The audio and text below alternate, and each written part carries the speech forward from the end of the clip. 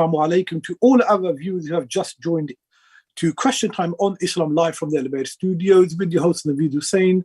Alhamdulillah, alhamdulillah, once again with our Islamic scholar Syed Musawi, who has joined you around the globe to answer any questions, to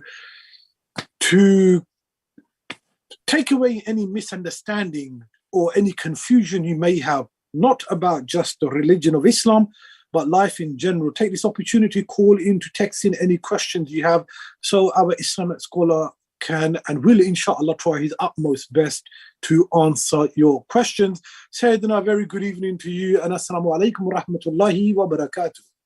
Wa alaikum assalam wa rahmatullahi wa barakatuh. May Allah bless you and all our brothers and sisters who are with us this evening. Bismillah ar-Rahman ar-Rahim. Alhamdulillahi Rabbil Alameen. Allahumma salli ala Muhammadin wa ali Muhammad wa ajjil farajahum. The month of Rajab has got many important dates. One of the very important dates in the month of Rajab is the 25th of Rajab, which is after just 2 or 3 days.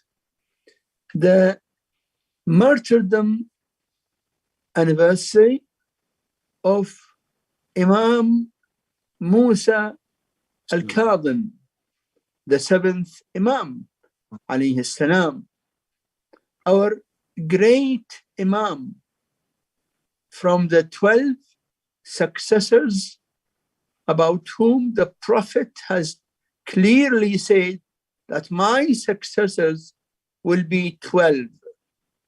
Imam Musa ibn Ja'far al-Kadhim alayhi salam was the 7th Imam. He has spent all his life in serving Islam and protecting Islam from deviation, and he suffered a lot from the tyrant so-called Muslim rulers. His time was the government of Abbasis.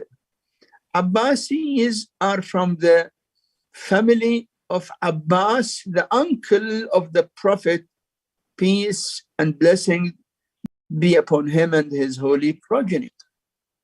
His time, many tyrant Abbasi rulers. The last one, Harun, who is known by Rashid, but in fact he was never Rashid. Rashid is a good title, but he was a person who was indulged in major sins. Harun kept Imam Musa ibn Ja'far in the jail again and again till he killed the Imam in the jail with poison. Imam Musa ibn Ja'far alayhi salam was killed in the jail managed by Sindi ibn Shahak, and then they brought him out from the jail and put him on the bridge of Baghdad, and he was buried in the place which is known now by Al-Qazwini. The place of his shrine was known in the past by Maqabir Quraysh, the graveyard of Quraysh. Imam Musa ibn Ja'far in his life had given great lessons for every human being. Our Imams are not limited to our own community. In fact, they are the divine leaders for all human beings. And now, non-Muslims who read the statements of our Imams they find it always enlightening and always making the human being better human being. One small example, Musa ibn Ja'far alayhi salam, when he was in Baghdad, a short while when he was out of the jail. Otherwise, most of his time was spent in the jail. When he was out of the jail, he passed through a place or a road or a lane. A servant came out and she was throwing out the remainings of a table of alcohol. Imam asked her, who is the owner of this house? She said, he is my master. Imam asked her, your master? Is he slave or not? She said, no, he is my master. How can he be slave? He is my master. Imam said, yes.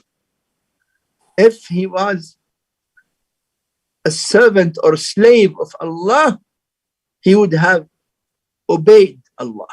And Imam walked. That woman, the servant, went back and she told the owner of the place, who was one of the rich people in Baghdad. She told him that a person came and asked me, and I replied him, and he said, yes, your master is not a slave of Allah, otherwise he would have obeyed Allah. That word from Imam made that man shocked him. And he went without even wearing his shoes, running after the Imam. And from that word of the Imam, that man was named, his name is Bishr al-Hafi, became completely new human being. From a person who was indulged in drinking and womanization and committing major sins, he turned to be a person who is only worshipping Allah and seeking forgiveness. Until now, that man is known in Baghdad by Sheikh Bashar. One example, that a word from the Imam Musa ibn Ja'far, changed the whole life of a man, which means that our Imams can guide every human being to be a good human being. I would like to invite those who want to know the value and the status of intellect. Please go through the advice which Imam Musa ibn Ja'far alayhi salam has given to his student Hisham ibn al-Hakam.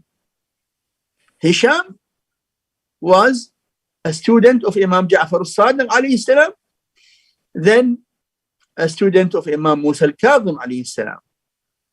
Read what Imam Musa ibn Ja'far al-Kadhim alayhi salam told Hisham about the importance of Aqeel, intellect.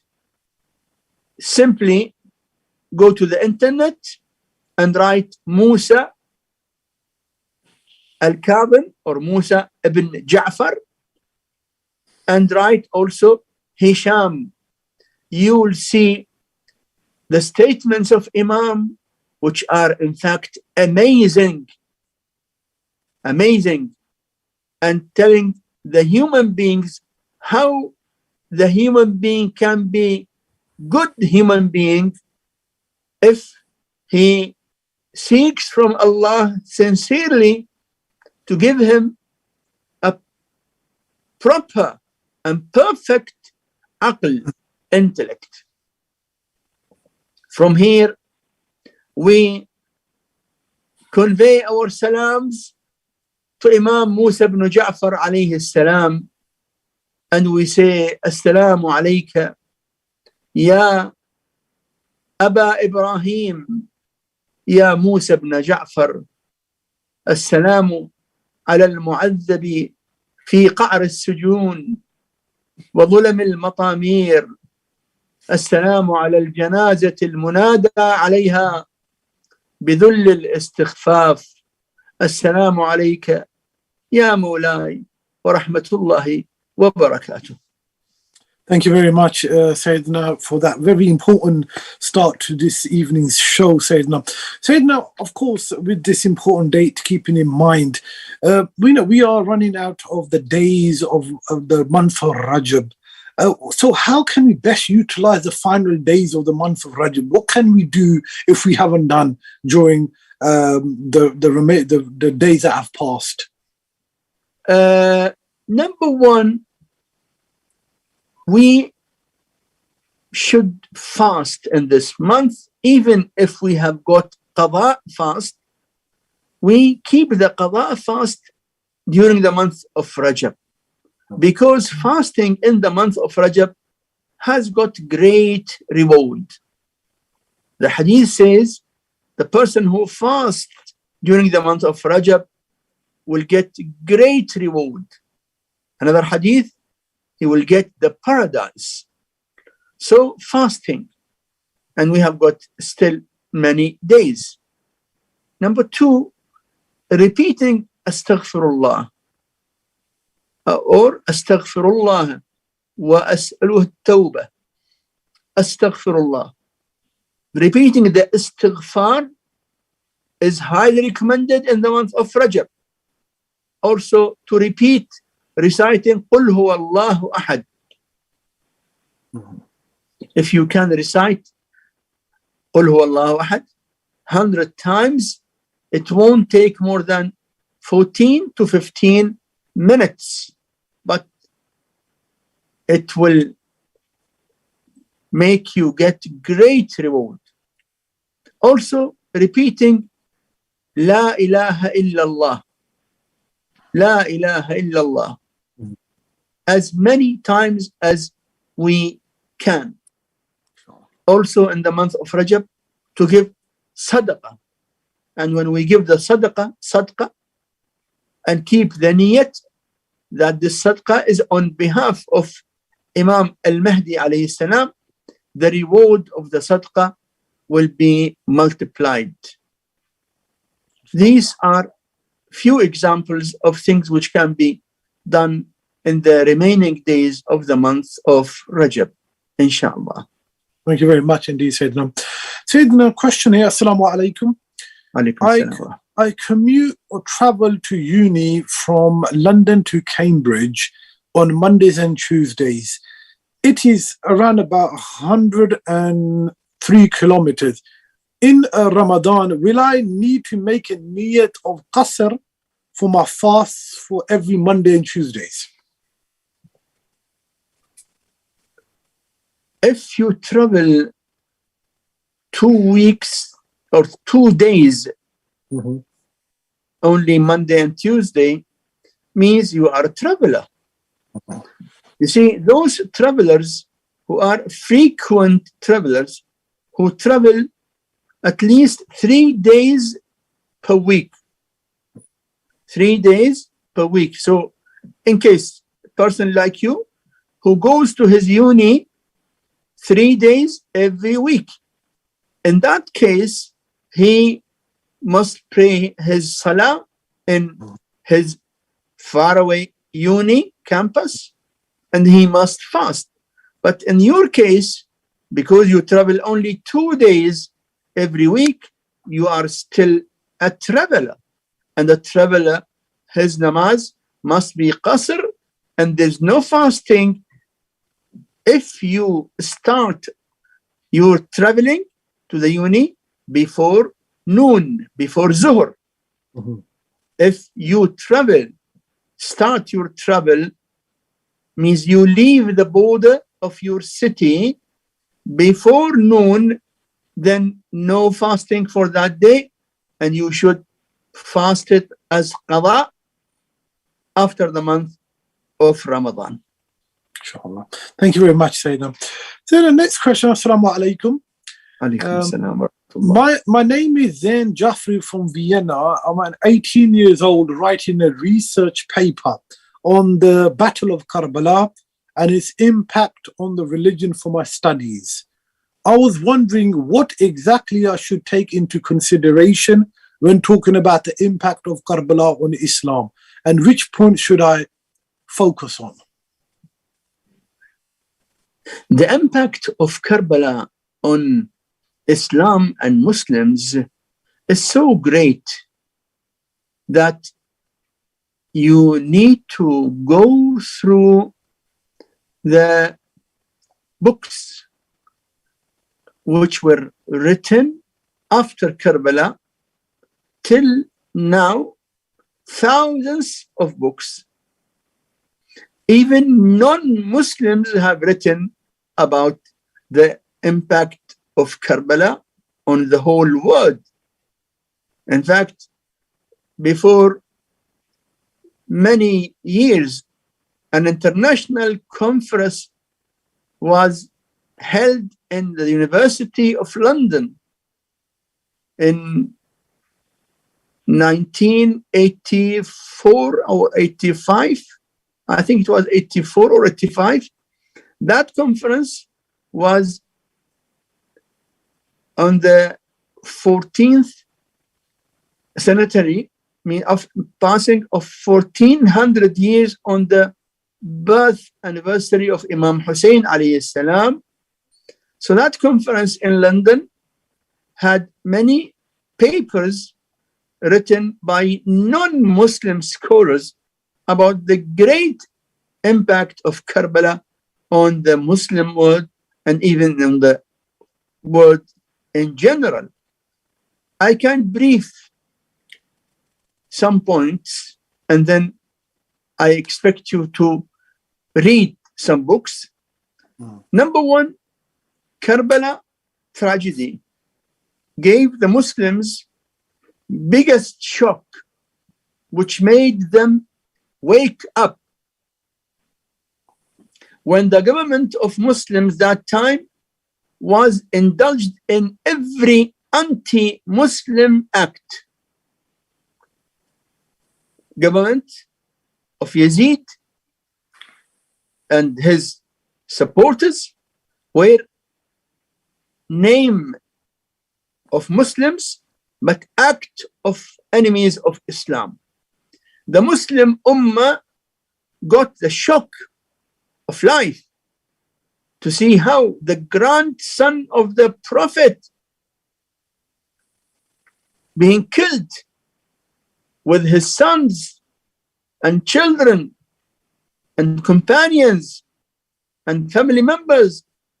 So that shock made millions of Muslims come back to Islam.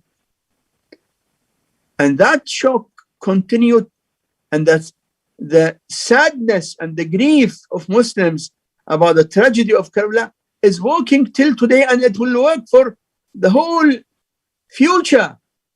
It makes Muslims return back and remember the real teachings of Islam. That's why Karbala was the reason of millions of Muslims to return back to Islam. And the impact of Karbala on non-Muslims, that the tragedy of Karbala and what happened there, when the details of it reached to non-Muslims, millions of non-Muslims became Muslims through the gate of the love of Imam Hussain alayhi salam.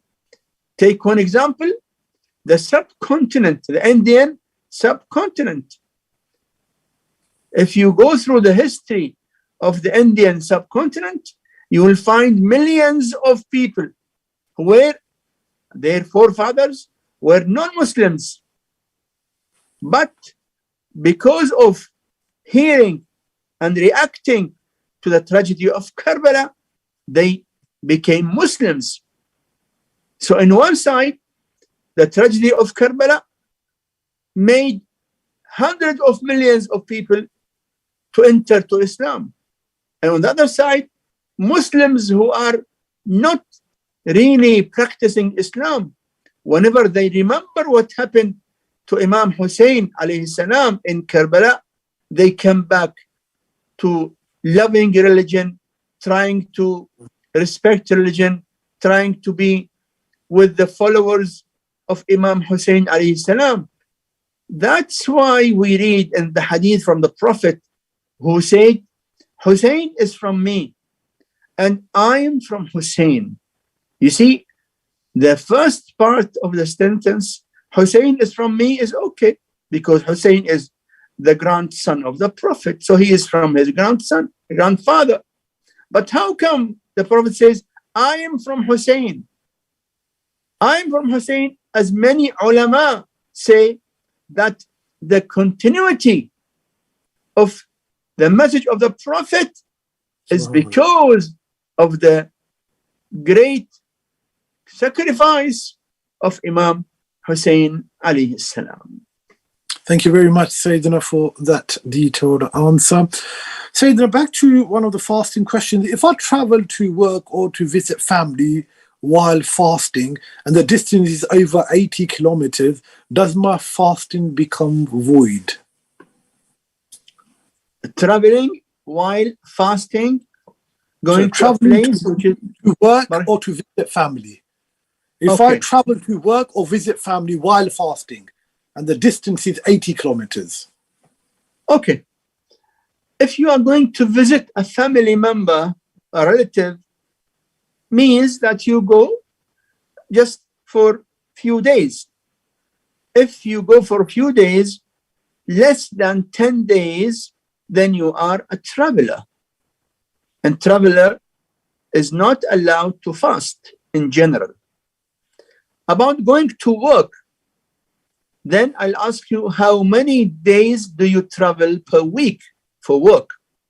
If you travel 1 day or 2 days, then you are a traveler and you have no fasting, but you must pray your namaz as qasr, means every salah of 4 rak'ats, like Dhuhr, Asr, Isha, it must be 2 rak'ats.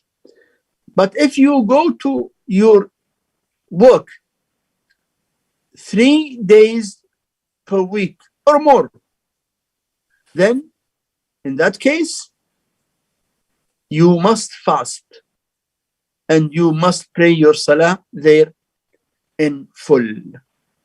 Thank you very much indeed, Sayyidina. Sayyidina, what can we do with the interest from a bank account in India? Can we withdraw it and give it to charity? Shall we tell the receiving person that it is from interest, or shall we just leave it in the account and not touch it? Leaving the money of interest in the account will not help anyone, but only the non-Muslim bank. They will enjoy having the money in their bank. So it is not an option at all. Number one, the interest from non-Muslim banks is permissible to be utilized by the Muslim according to the fatwa, verdict of many leading scholars, marja of taqlid. So as far as you did not put the condition on them that you will ask for interest, then that money can be utilized. I advise you to give that money to poor people. Give it to poor people, and you don't need to tell them that this is money from the bank interest. No, just give it to the poor people, and that is the best option. I don't say that you cannot utilize it. I say that many of our leading ulama say that the interest from non-Muslim bank is permissible for Muslim, but if you want to go to the poor, that should be the best solution and best option. Thank you very much indeed. Syed, now moving on to our next question. I did something wrong with a stranger, and now I want to apologize for my behavior, but I do not know him nor his address. What should I do? You should try your best to reach to him to seek pardon and to apologize. But in case you are completely unable, in that case, you should pray for him. Pray to Allah, oh Allah, forgive his sons, his sins. Oh Allah, bless him and his family.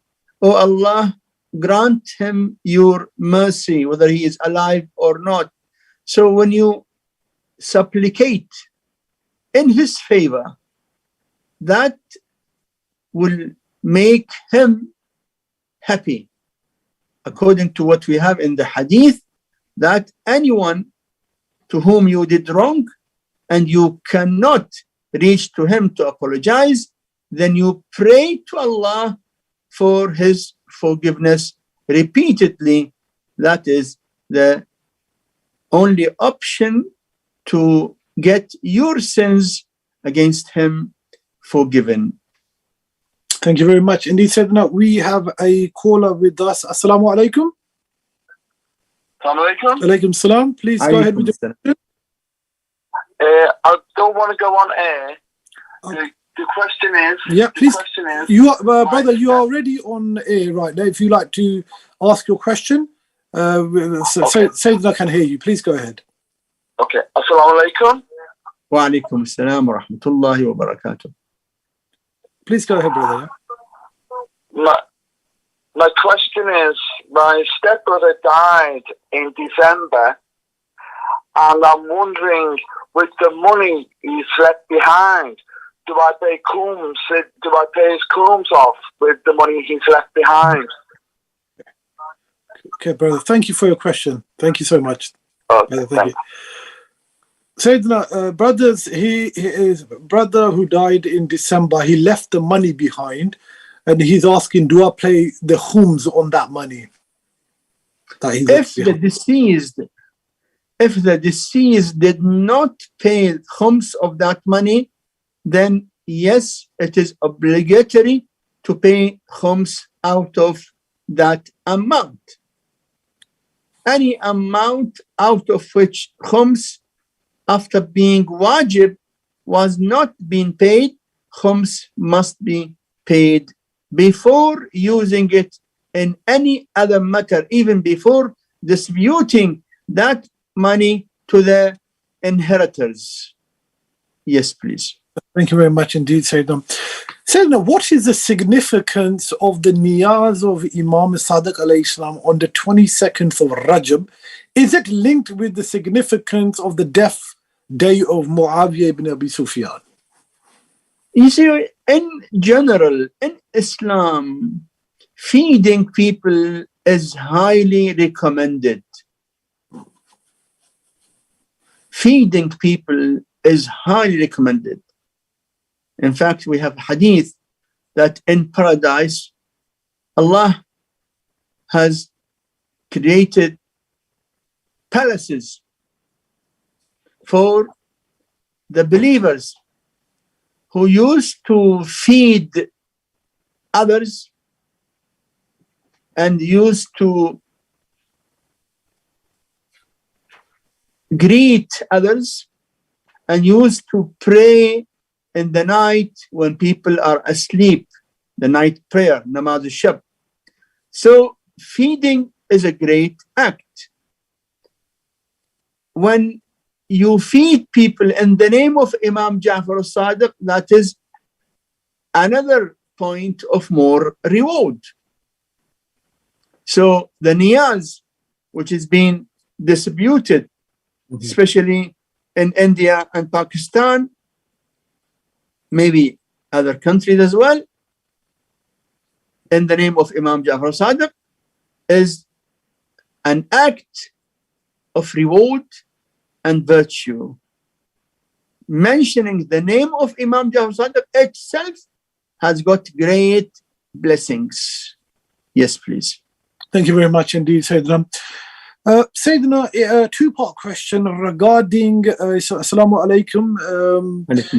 It's regarding the recitation of Mankabat, Bibi Fatimatu Zahra, Salamullah alayha, with the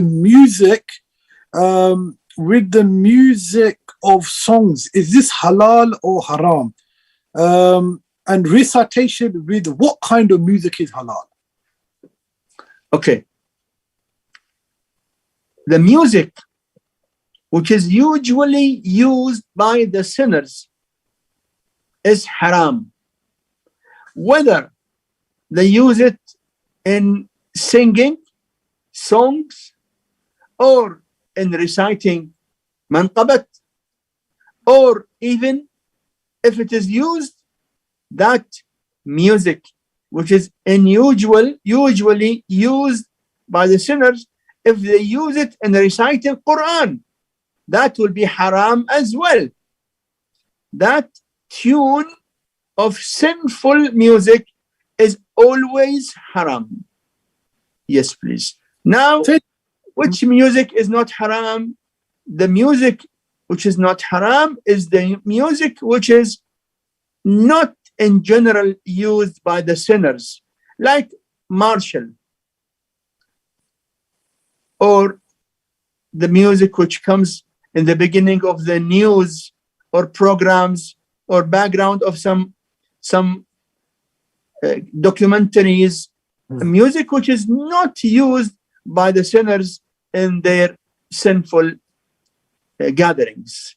That is a difference between that music and the music which is used by the sinners.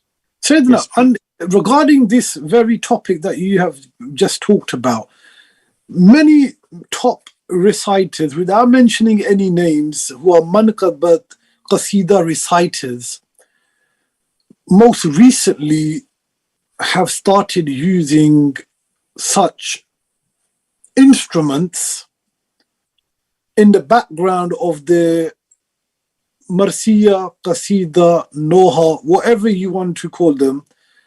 These are top reciters, well-known reciters around the world. And most recently, after me, I personally, when I looked at these or listened to some of these manqabat, I feel something's not right. And a lot of the instruments that are being used, Sayyidina, I feel this is something that everyone can do their own research, is it's like copying, you could say, without Bollywood type of filmography, videography, the sounds. It's very much in line with with that sort of thing now, especially the top. And this is happening quite frequently now. And we have to be careful, Sayyidina, because a lot of these big reciters have big, massive followers on social media, and they are using these instruments. So this is something, Sayyidina, I think we need to shed light upon, and either, where's the fine line? Where is the fine line that if these people are using such instruments?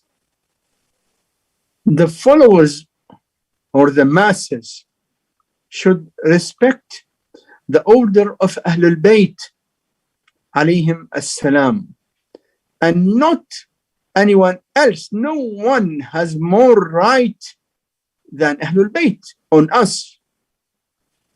The masses and the people should ask themselves whether our imams approve such type of recitation with the music which is usually used by the sinful people, In fact, our great ulama, the marja of taqleed, many maraj of taqleed have given fatwa that clipping by hands in the occasions of Ahlul Bayt is haram because it has an element of disrespect to Ahlul Bayt. In the birth anniversary of any Imam, don't do anything which does not suit the respect of the Imam alayhi salam. So the recitation of any manqabat or any recitation, when it involves sinful music, it is simply haram, and the mu'mineen should raise their voice and tell the reciter that haram is haram, and no one is more respected than Ahlul Bayt alayhim as-salam. Thank you very much, Sayyidina. We have a caller with us. Assalamu alaikum. Wa alaikum salam. Brother, please go ahead. I just called before about the combs. The only problem was I didn't know about this situation because his death was all of a sudden. Basically, I paid from his money, his missed fasting, his missed namaz, and his hajj.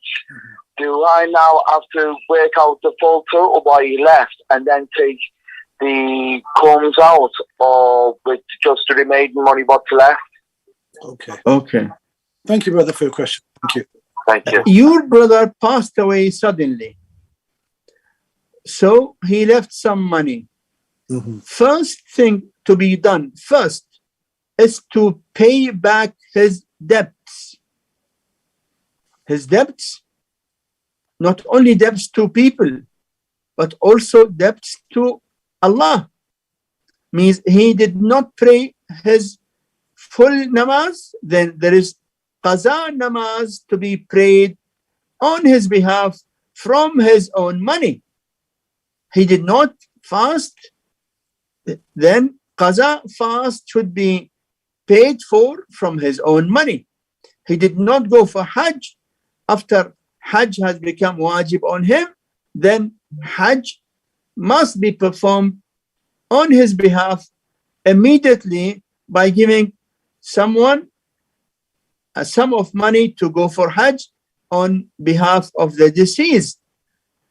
Khums was not paid, then you must pay the khums from what he left.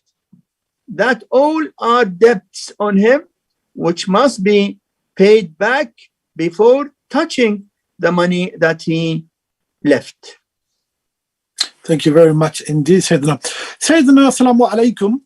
Alaikum salam wa rahmatullah. Is it permissible to visit your parents' grave if they are non-believers? Is it permissible to visit your parents' grave if they passed away before becoming Muslims? The answer is yes. Yes.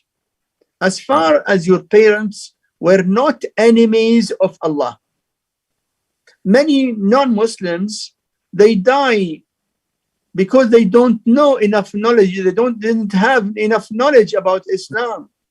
They were born in non-Muslim families and they died without having the full knowledge which lead them to the reality of Islam.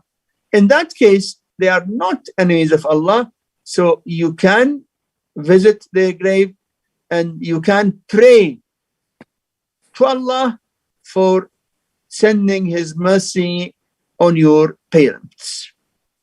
Thank you very much indeed, Sayyidina. Sayyidina, if I have lost track of my missed fasts and I'm not sure if I have any more qadha fasts left for a mustahab in Rajab or any other month, will the niyat of wajib qadha niyat, will the niyat be wajib qadha niyat or mustahab niyat? If you are sure that there is wajib qada of fast is still on you, then no question of sunnat mustahab fast.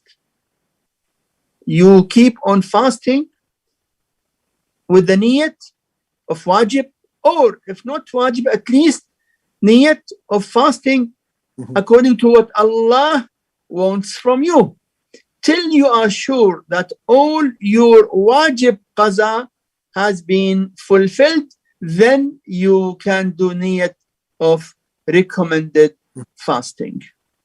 Thank you very much, Sayyidina. Next question. Assalamu alaikum. Wa alaikum assalam wa rahmatullah. When we go to Hajj or Umrah and we make niyat of tamattu, what does this mean? You know, Hajj tamattu is type of Hajj. Hajj has got three types: Hajj Qiran, Hajj Ifrad, Hajj Tamattu.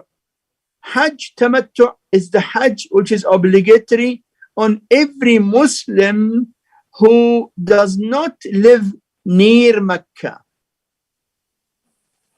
Those who live near Mecca, who are called in Quran Baytuhu Hadir al-Masjid al-Haram. Those who are Hadir al-Masjid al-Haram mean those who live near the Masjid al-Haram, not in Mecca itself, but somewhere near Mecca. But those who are far away, like those who live in Riyadh or in Medina or in Karachi or in Najaf or in Cairo, any city which is far away from Mecca, their Hajj must be tamattu. Hajj tamattu has got two parts. First part is called Umrah tamattu, which is simple Umrah, Ihram, then Tawaf around the Kaaba, then 2 rak'at of namaz of Tawaf, then Sa'i between Safa and Marwa 7 times, then cutting or shortening hair. That's it. Umrah tamattu is over. Umrah tamattu does not have Tawaf and Nisa. Why? Because the worship of Hajj is not completed by only Umrah tamattu. There is next compulsory step which is called Hajj tamattu.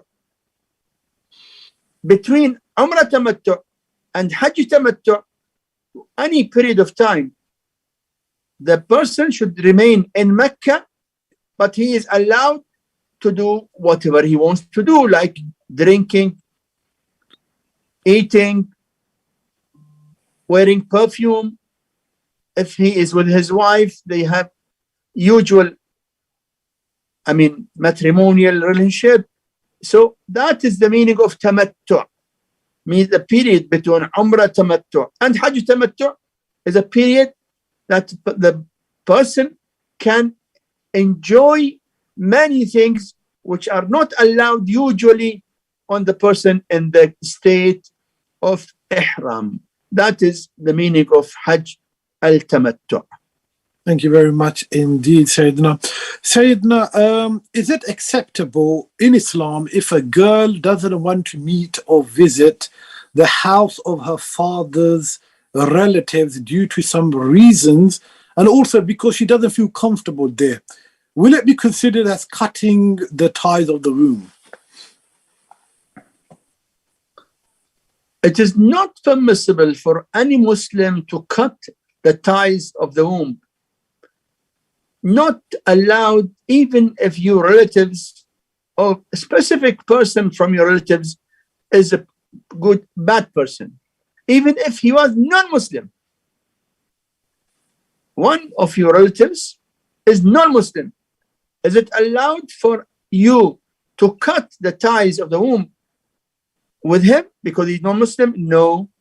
We are not allowed to cut the ties of the womb with any relative. In your question, you want to cut the ties of the womb with the relatives of your father.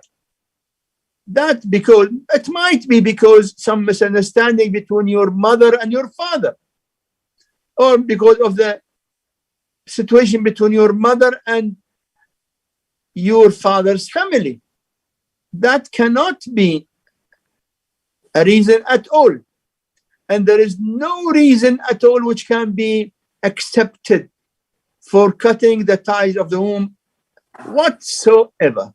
In fact, we have got in the Quran that the person who cuts the ties of the womb is cursed by Allah. In Quran, فَهَلْ عَسَيْتُمْ إِن تَوَلَّيْتُمْ أَن تُفْسِدُوا فِي الْأَرْضِ وَتُقَطِّعُوا أَرْحَامَكُمْ أُولَٰئِكَ الَّذِينَ لَعَنَهُمُ اللَّهُ. Those who cut the ties of the womb are cursed by Allah. So never ever cut the ties of the womb with any of your relatives at all. Thank you very much indeed, Sayyidina. Sayyidina, question again related to the recitation of Mankabat, etc. Regarding the recitation by a 14-year-old girl without wearing proper hijab in front of men in the men's section with voice, is this allowed? Is this haram? Not allowed. Not allowed. Because 14 years old girl is a baligh. And hijab is wajib on her. So to come in front of the men or the boys without proper hijab, that is haram. People should understand religion. We should not be ignorant people.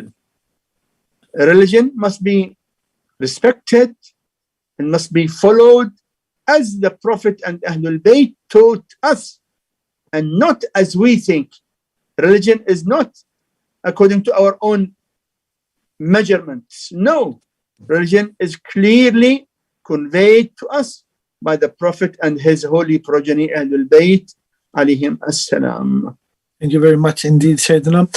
Sayyidina, is it allowed to repeat an obligatory prayer if one wasn't concentrating at the time? I mean, someone performed his salah, and then after the salah is over, he thought that he was not concentrating enough. Can he pray the salah again? The answer, he cannot pray salat again as wajib because he had already performed the wajib.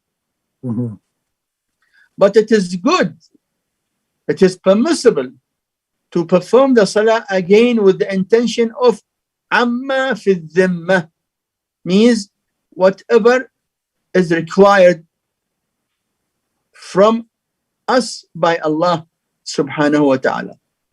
So repeating the salah without intention of wajib because you have already performed the wajib, but you want the salah with intention which has got a greater benefits, a greater reward.